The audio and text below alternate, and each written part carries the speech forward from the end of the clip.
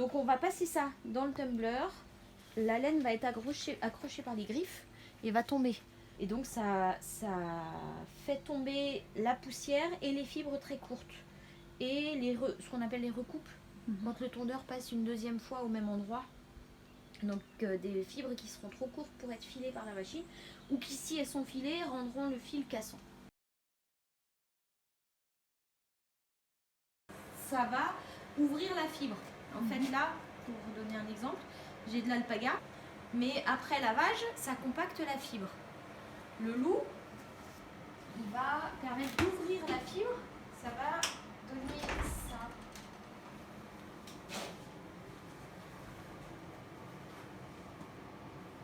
Donc là, on n'est plus du tout dans la même chose. Donc ça va permettre de passer à la cardeuse et de continuer le travail. Les grosses dents qui sont là, bah, quand ça tourne, on les voit plus tellement ça va vite et ça pourrait être super dangereux. Donc l'idée, c'est de mettre la fibre sur le tapis.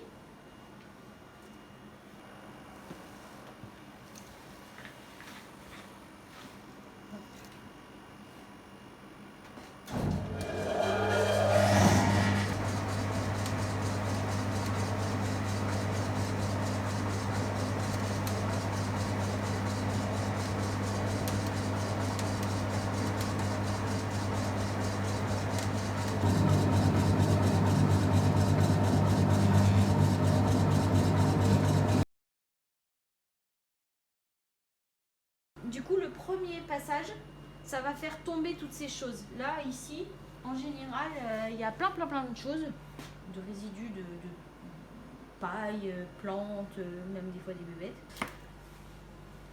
Et ça va aussi récupérer la recoupe, les toutes petites fibres.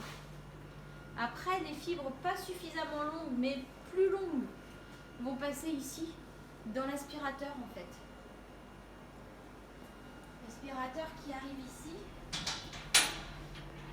et où on a des fibres qui vont pas être valorisables en fil. C'est avec ça que vous faites du feutre? C'est ça. D'accord. C'est ça que j'ai pris pour faire. C'est pour ça qu'il y a plusieurs couleurs. C'est parce qu'on voit bien en fait tous les couches. Tous les moutons. Ouais, c'est ça. Une fois qu'on est passé à la cardeuse, une première fois, ça nous donne ça. Donc ça c'est de l'alpaga. Ouais. Donc ça, voilà, ça ressemble à ce que j'ai montré tout à l'heure, sauf que là, on voit que les fibres, elles sont encore mieux coiffées. Là-bas, elles étaient ouvertes, elles étaient prêtes à être coiffées. Maintenant, elles sont coiffées. Mais c'est pas encore parfait. Au fur et à mesure, ça va devenir encore plus... Au premier passage, j'ai ma caisse comme là, qui est ici, et donc dans laquelle je vais récolter la fibre quand elle a fini de passer. Donc on voit ici, hein, le peigne, il va faire tomber la fibre. Et au deuxième passage, je vais préparer la suite. Donc la suite, ça peut être deux choses, soit du ruban pour faire du fil, soit je veux faire une nappe cardée. Et là, j'ai les endroits pour mettre les deux rouleaux qu'on a là-bas, le gros rouleau et le petit rouleau. Et donc, au lieu de tomber, là c'était par terre, mais dans ma caisse d'habitude, ça s'enroule autour du rouleau pour faire une nappe cardée. Donc ça, c'est pour les fileuses, pour les gens qui veulent faire du feutre.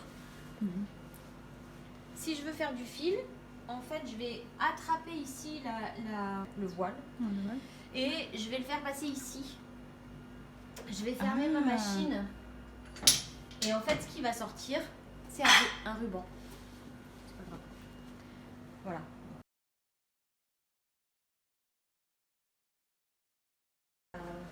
C'est que pour récupérer le ruban, j'ai des fûts, des gros fûts, et donc on met dessous et le ruban tombe dedans. Après les fûts, je les amène ici et le ruban, il va être mis alors par deux en fait. On met deux rubans ensemble. Donc là, on voit des restes, il est temps, des restes de ruban. On en met deux parce que pour essayer d'avoir une moyenne, ça équilibre le ruban qui va sortir. Si jamais il y a un ruban qui n'est pas bien équilibré, et le fait d'être avec son copain, et ben ça va normalement plus équilibrer les choses. On a un ruban à l'entrée, on a un ruban à la sortie. On l'a coupé tout à l'heure avec les gens. La différence entre les deux, c'est que le ruban à la sortie sera 2,5 fois plus long que le ruban à l'entrée. Et que là-bas, c'était un ruban cardé. Ici, on a un ruban semi-peigné. Et puis voilà. Donc prêt à être Donc filé. là, prêt à être filé. Voilà. D'accord. Les fûts sont mis derrière la fileuse. On peut mettre jusqu'à 8 fûts.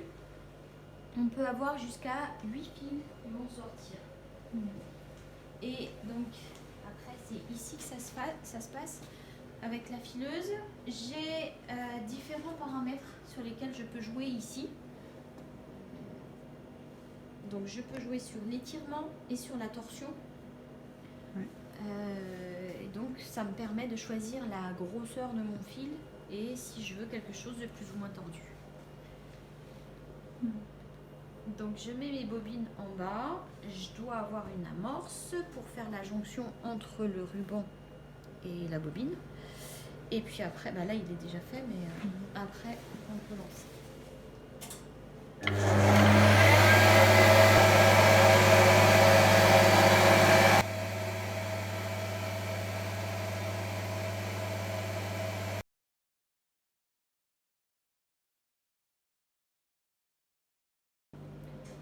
Donc là aussi, je peux jouer avec les différents paramètres. Ouais. Et en fait, en fonction de la torsion que j'ai donnée, je vais aller à l'inverse en fait. C'est comme dans le rouet, quand on file dans un sens et on fait le retors dans l'autre sens. Donc un fil à 3 brins. Celui-là, ouais. 3 solitaires. Ouais. Et donc voilà, je rentre mes paramètres et puis après.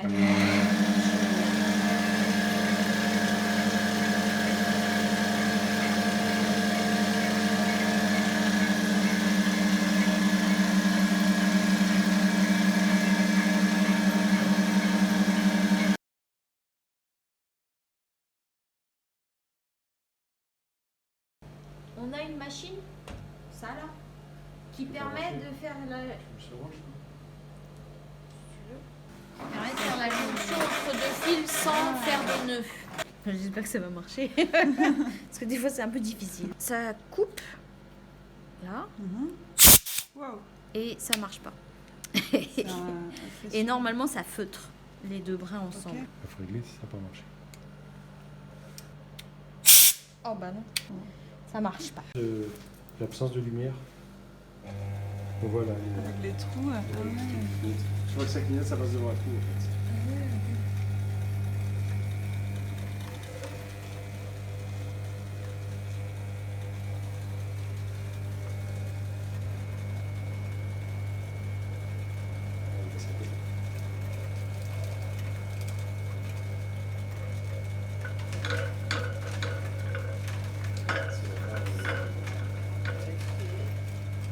Qui vous achète des cônes du coup c'est des...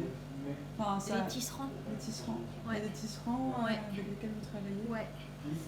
Mais aussi les tricoteuses qui tricotent en machine à tricoter. Parce que elles tricotent au kilomètre et du coup elles ont besoin de quantité et voilà. Il y a beaucoup de tricoteuses à la machine. Il y a plusieurs demandes. Ouais. Ouais, ok.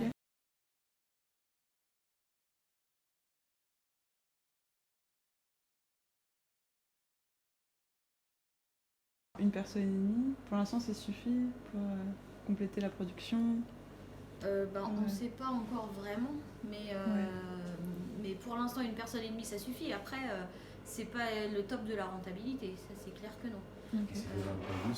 Les machines, les fabricants des machines, ils disent qu'il faut 2 personnes et demie pour que ce soit utilisé au maximum. Il est quand même là beaucoup, puisque dès qu'il a fini son travail, il vient. Okay. Et que la maintenance des machines, c'est toi. Au Ah, début, c'était prévu qu'on se lance tous les deux. Après, maintenant, ça va mettre plus de temps parce que on ne sait pas comment ça va se passer en termes de rentabilité au niveau des machines. Pour les banques, mais même pour nous, de continuer à avoir un salaire, ça va être important. Donc, on a encore une marge de progression.